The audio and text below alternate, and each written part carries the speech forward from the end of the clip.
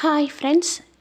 இங்கே நிறைய பேருடைய வாழ்க்கையில் பார்த்தீங்கன்னா, நல்லா நேசித்த உறவு, அன்பாக இருந்த உறவு பேசாமல் போனாங்கன்னா மனம் உடஞ்சி போய் கலங்கி போயிருப்பாங்க. இப்படி பேசாமல் போகிறவங்கள நினச்சி மனம் உடஞ்சி போகாதீங்க.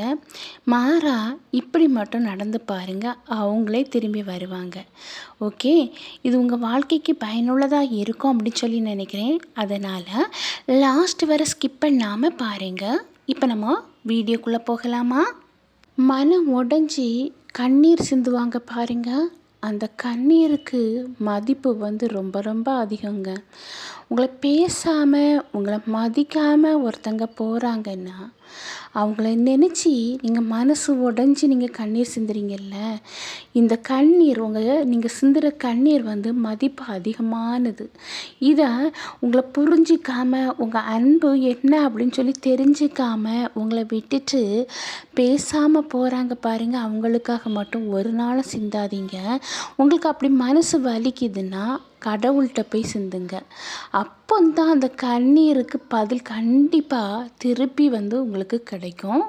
ஒரு மனிதனுடைய மனசு உடைஞ்சி போகுதுன்னா அதுக்கு பல காரணங்கள் இருக்குங்க.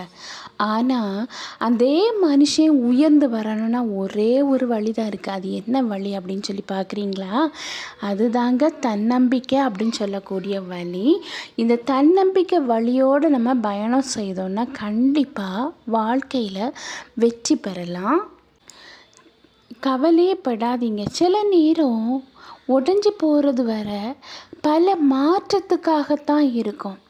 மனசில் ரொம்ப வலியை உண்டாக்கிட்டு பேசாமல் போனாங்கன்னா நீங்கள் புதுசாக உருவாக்கப்படுறீங்க. இதை புரிஞ்சுக்குங்க. அதுவரை உங்களுக்கு தைரியம்னா என்னன்னு தெரியாது, தன்னம்பிக்கைனா என்னன்னு தெரியாது. சிலவங்க பேசாமல் போகிறது இல்லைங்க, அவமானப்படுத்திட்டு பேசாமல் போவாங்க. அன்பாக இருப்பாங்க, ஆனால் அவங்க குணநலங்களில் தெரிஞ்ச பிறகு நம்ம ஏதாவது அவங்ககிட்ட கேட்டோன்னு வைங்களேன், நம்மளை அவமானப்படுத்திட்டு அவங்க போவாங்க.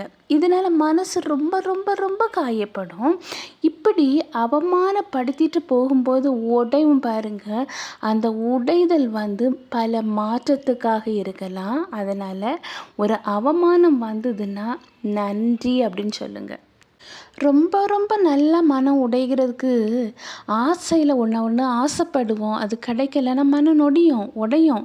அதை விட ஒருத்தங்க மேலே அளவு கடந்த நம்பிக்கை வச்சுட்டு அந்த நம்பிக்கைக்கு அவங்க பாத்திரனா இல்லை, அவங்க அதுக்கு பொருத்தமே இல்லை அப்படின்னு சொல்லி தெரிய வரும்போது மனம் உடையும் பாருங்க, அது பயங்கர வலியை கொண்டு வரும். யாராவது ஒருத்தங்க உடைஞ்சி போய் இருக்கிறவங்கள பார்த்து தைரியம் சொல்லுவோம், ஆறுதல் படுத்துவோம். ஆனால் சொந்த வாழ்க்கையில் நம்ம உடைஞ்சி போயிருந்தாக்கி ஒரு கோலை மாதிரி ஆயிரும். இது மனித இயல்பு. நல்லா பிடிச்சவங்க ஏதாவது தவறு செய்தால் வர அதை கேட்க மாட்டோம். ஏன்னா இந்த உறவு நம்மளை பிரிஞ்சிருமோ அப்படிங்கிற ஒரு பயம். இப்படி அவங்கக்கிட்ட எடுக்கிற ஒரு ஆயுதம் என்ன தெரியுமா? மௌனம். இது உண்மைதானே? மற்றவங்க நம்ம இதயத்தை காயப்படுத்தினா அதுக்காக கலங்கி போய் தலை குனிஞ்சு மட்டும் இருக்காதீங்க. உயர்ந்து தலை நிமிர்ந்து கெத்தா மலையை போல உயர்ந்து காணிங்க அப்படின்னு சொல்லுவேன். வாழ்க்கையில் ஒரு கஷ்டம் வந்துடுச்சு, கவலை வந்துடுச்சுன்னா எல்லாம் கடந்து போகும் அப்படின்னு சொல்கிறாங்கங்க. நம்மளை காயப்படுத்தினவங்க வர கடந்து போவாங்க. ஆனால் நம்மளுக்கு வலியை தந்திருப்பாங்க பாருங்கள், அந்த வார்த்தைகள் அந்த நினைவுகள்லாம் என்ன ஆகுது அப்படின்னா காலம் சென்றால் மறந்துடும் அப்படிங்காங்க. ஆனால் அந்த காயங்கள் அளவு ரொம்ப இருக்கிறது கொஞ்சம் கம்மியாகும். ஆனால் அது தந்த வடு மட்டும் மாறவே மாறாது. இங்கே எல்லா மனிதரையும் கண்ணாடிக்கு ஒப்பிட்டு சொல்லலாங்க. உடையிறதுக்கு முன்னாடி அவங்கள்ட்ட ஒரு முகம் இருக்கும். அந்த உறவு உடஞ்ச பிறகு பல முகத்தை நம்ம பார்க்க வேண்டிய சூழ்நிலை வரும். அதே போல் தான் ஒரு கண்ணாடி ரொம்ப நல்லா இருக்குன்னு வைங்களேன், அப்போ நல்லா ஃப்ரெஷ்ஷாக அப்படியே காணிக்கும். அது உடஞ்சி அதை ஒட்ட வச்ச பிறகு பாருங்க, மிந்தி இருந்த அளவுக்கு அந்த கண்ணாடியில் ஒரு பிரதிபலிப்பு இருந்தாலும் அந்த நீட்னஸ் இருக்காது. அதே போல் தான் வாழ்க்கையில் உடையாமல் இருக்கிற வரைக்கும் அந்த உறவு என்ன பண்ணாலும் கரெக்டுன்னு சொல்லுவாங்க. ஆனால் உடஞ்ச பிறகு தான் அது என்ன பண்ணாலும் தப்புன்னு சொல்லுவாங்க. சில டைம் நம்மளுக்கு நேசித்த உறவு நம்மளை வாழ்க்கையில் பார்த்திங்கன்னா பின்னோக்கி தள்ளுவாங்க, நிராகரிப்பாங்க. இதெல்லாம் பார்த்து மனசு ஒரு நாளும் உடையவே உடையாதீங்க. ஒரு அம்பு இருக்குன்னா அதை பின்னோக்கி இது பண்ணும்போது தான் அது ஃபாஸ்ட்டாக ஃப்ரெண்டில் வரும். அதே போல் தான் உங்களை யாரெல்லாம் ஒதுக்குறாங்களோ, அவாய்ட் பண்ணுறாங்களோ, அவமானப்படுத்துகிறாங்களோ அதெல்லாம் நினச்சி நீங்கள் கவலைப்பட்டுட்டு இருக்காதீங்க. அதை பெருசாகவே எடுக்காதுங்கன்னு சொல்கிறேன். அதை பின்னோக்கி தள்ளுங்க. வேண்டாம், அடுத்தவங்க பேசுகிற வார்த்தைகள் எனக்கு தேவையில்லை, குறிப்பாக நெகட்டிவாக பேசுகிற வார்த்தைகள் எதுவுமே எனக்கு தேவையில்லை அப்படின்னு சொல்லி வாழ்க்கையில் மனசில் ஒரு முடிவு எடுத்துட்டு யார் யார் உங்களை தவறாக பேசுகிறாங்களோ அவங்க முன்னே வாழ்ந்து காணிக்கணும் அப்படின்ச்சு பாசிட்டிவாக யோசித்துட்டு வாழ்க்கையை ரன் பண்ணுங்கள். வாழ்க்கை நல்லதாகவே அமையும். அதே போல் ஆய்வு ரீதியாக ஒரு கண்டுபிடிப்பு அது என்னென்னா, ஒரு பெண் வெளிப்படுத்தக்கூடிய சந்தோஷத்தை விட மனசுக்குள்ளே அடக்கி வச்சுருப்பாங்க பாருங்க, அந்த காயங்களின் அளவு அதிகமாகவே இருக்குது அப்படின்னு சொல்கிறாங்க. எல்லா பெண்ணும் எல்லார்த்திட்டையும் போய் எல்லாமே சொல்கிறது கிடையாது.